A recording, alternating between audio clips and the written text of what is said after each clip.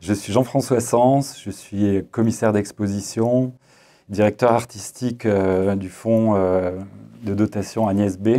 L'exposition Dans notre monde, elle est née en fait autour du réalisme fantastique et du Matin des magiciens, qui est l'ouvrage fondateur de ce mouvement de pensée. L'idée de faire un projet autour de ce mouvement des années 60 qui est assez méconnu aujourd'hui est née en 2015 et la première version de l'exposition a eu lieu en 2016 à la Galerie du Jour Agnès B à Paris. On a été ensuite invité par Stéphanie Pécourt qui dirigeait à l'époque les Halles Saint-Géry à montrer une deuxième version de l'exposition à Bruxelles, puis la troisième version à Marseille au FRAC Provence-Alpes-Côte d'Azur, en partenariat avec le FRAC Grand Large, maintenant en 2020 qui vient clore l'itinérance un peu du projet.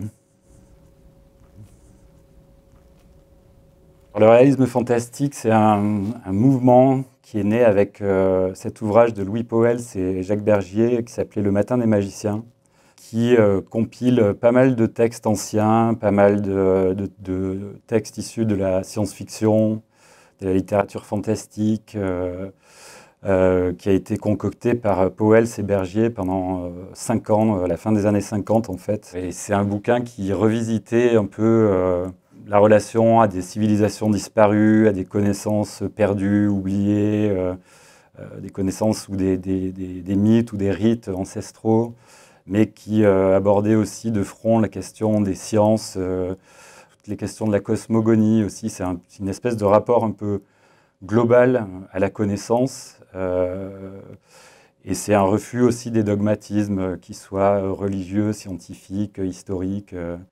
Voilà, le fond du discours du réalisme fantastique, c'est aller chercher la connaissance vous-même là où elle se trouve, c'est-à-dire éventuellement aussi dans des livres anciens et oubliés, exercer votre esprit critique, et surtout le statement de Pauwels et Bergier, c'est de se dire un peu, bon, le fantastique fait partie intégrante du réel, ne le nions pas, et il faut s'y intéresser et essayer de l'appréhender d'une manière créative.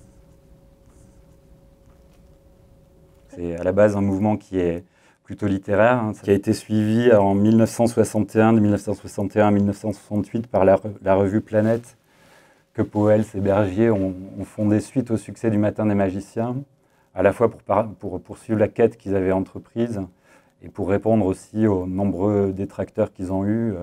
Et voilà, c'était ce qu'on appelle une revue de bibliothèque, quoi, une revue qu'on garde. Planète était une revue très, très axée sur l'art, en fait, très ouverte sur l'art, avec une dimension esthétique importante, une mise en page très novatrice pour l'époque, avec des reproductions de pleine page, couleurs, cette série de couvertures avec chaque fois des visages, des gros plans sur des visages issus de plein de civilisations différentes, parfois très anciennes, très éloignées de nous. Étrangement, ça a été un mouvement très populaire, mais qui n'a pas perduré et qui est difficilement identifié aujourd'hui, notamment par les jeunes générations. Et pourtant, ce qui a motivé ce projet aussi, c'est que moi je remarquais que dans la création contemporaine, il y avait énormément d'échos aux thématiques et aux problématiques mises en avant par ce mouvement. Et donc voilà, l'idée c'était un peu, sur la première version de l'expo, c'était de faire une partie rétrospective avec des archives personnelles de documents de travail qui ont appartenu à Pauwels et Bergier, qui étaient conservés à la BNF pour partie. Donc voilà, vraiment de réunir des artefacts d'époque avec une vraie dimension rétrospective historique, et un volet plus contemporain, c'est-à-dire les échos de ces thématiques-là, à travers une sélection d'œuvres d'artistes contemporains qui évoluent en fonction des versions de l'exposition. Avec cette 4e version à Dunkerque, c'est encore une nouvelle proposition. Là, on a eu l'occasion de faire des choix dans la collection du FRAC suite à des propositions de Keren Detton, la directrice du FRAC. Et voilà, on est tombé sur des très belles pièces. L'occasion de découverte aussi, l'occasion d'exposer des artistes locaux comme David Droubet, qu'on a rencontré par l'intermédiaire du FRAC aussi, et qui travaille à Dunkerque. pas mal d'artistes belges aussi, notamment dans une installation multimédia de Eva Lust. Une des questions essentielles, c'est le rapport au réel et la manière qu'on a en tant qu'humain d'appréhender le réel, c'est la connaissance, qu'elle soit scientifique, historique, économique, enfin voilà, la recherche d'une manière générale. Et voilà, c'est vrai que les artistes sélectionnés pour cette exposition sont dans cette démarche aussi.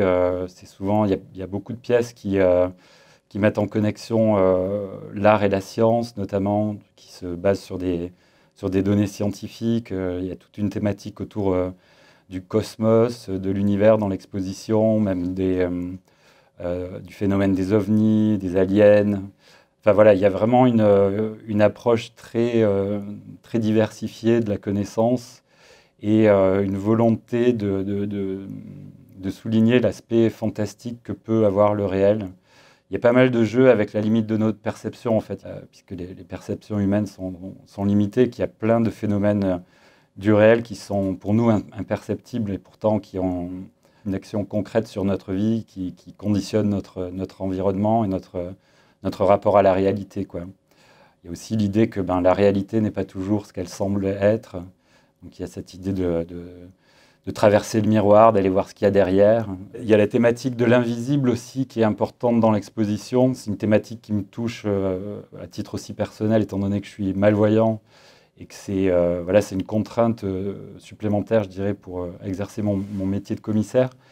Mais du coup, ça a été aussi un axe de recherche important pour moi et très riche. Il y a beaucoup de pièces qui font référence directement aux cultures de l'invisible.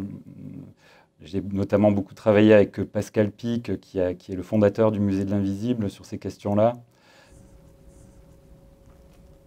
Donc, les spécificités de cette nouvelle version conçue pour le FRAC Grand Large à Dunkerque, c'est d'une part toutes les pièces qu'on a pu sélectionner dans le fond, la collection du FRAC, qui regorge d'œuvres qui étaient pertinentes par rapport à la thématique. Je pense donc à Denis Stock, Oppenheim, Panamarenko notamment. On a une nouvelle pièce aussi de Abdelkader Benchama, qui lui, pour le coup, est un lecteur de planètes depuis tout jeune. Et c'est vraiment quelque chose qui a influencé son imaginaire et son esthétique.